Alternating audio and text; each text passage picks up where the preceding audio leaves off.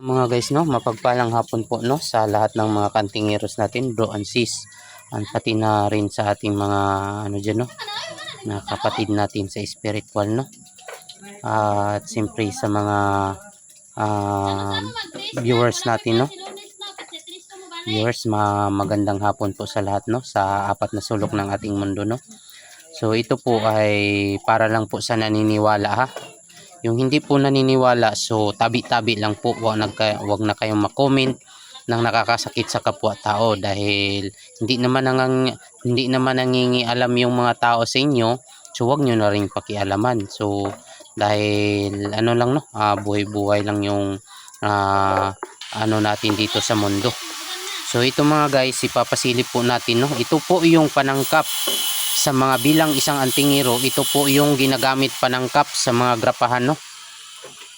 Ito po ang aming mga panangkap, no, na napakaganda at napakadabis, no.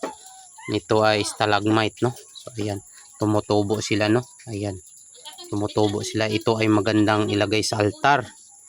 Ayan, ayan, panglagay sa altar para pangpalakas gabay, no. So ayan, no.